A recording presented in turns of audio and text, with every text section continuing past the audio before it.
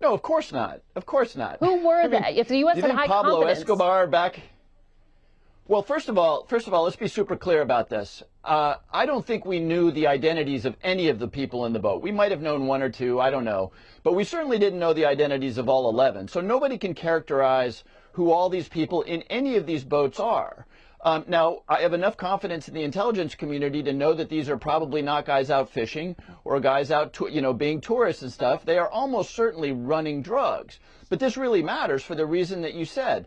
If you're going to occupy an immense amount of the American naval combat capability, you'd like to believe that you're going after the leaders, the cartel leaders, the kingpins, as they say. What we're doing here is we're taking out the equivalent of the corner drug dealer in the Bronx, right? Which, by the way, we should arrest the corner drug dealer in the Bronx. But the main reason we do that is to go after the kingpins, who I promise you are sitting in very comfortable villas right now in Colombia and Venezuela and everywhere, and watching as much of the United States Navy is dedicated to taking out their lowest level employees. So I hear you saying they were not on an internal military target list for high value individuals. That's what I hear what you're saying.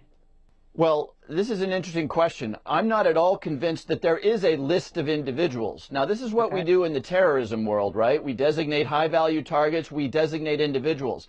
I have no reason to believe, and in fact, I doubt that there are any individuals on a list anywhere.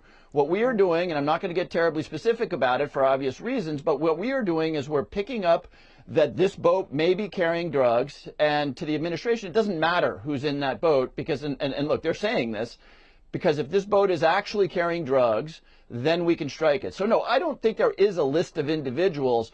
I don't think we have any idea who precisely the individuals in these boats are. So as I understand it, these are signature strikes. This is an intelligence assessment based on signals intelligence saying this is who we believe these individuals to be.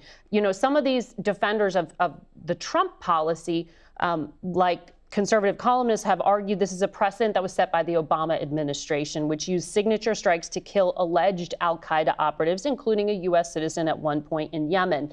Do they have a point here that the drone policy has long allowed the killing of suspected criminals, even without due process?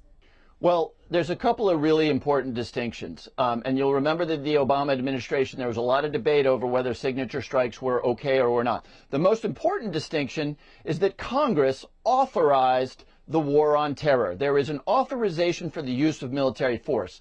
The original sin of this whole thing, whether you think we should be wasting these guys or not, the original sin is that there is no congressional authorization. And then, in the Obama administration, they did have a list of individuals, right? Often high-value targets, or HVTs as we've referred to them. And then the question was, if you have an HVT, a high-value target, in a Jeep in northern Pakistan, and there's a guy next to that HVT, how do you feel about taking that strike? You want to take down the high-value guy, but what about the young guy next to him? Well, the young guy has an AK-47, and the young guy was actually arranging for the transfer of explosives. You have that conversation, and then you decide whether you're going to take the strike. Right now what we're doing, and again, I don't think that there's a list of individuals anywhere. They're just saying that boat is carrying drugs, and even though military is not authorized by the Congress of the United States, we're taking out the boat, and we don't give a damn about who's on it.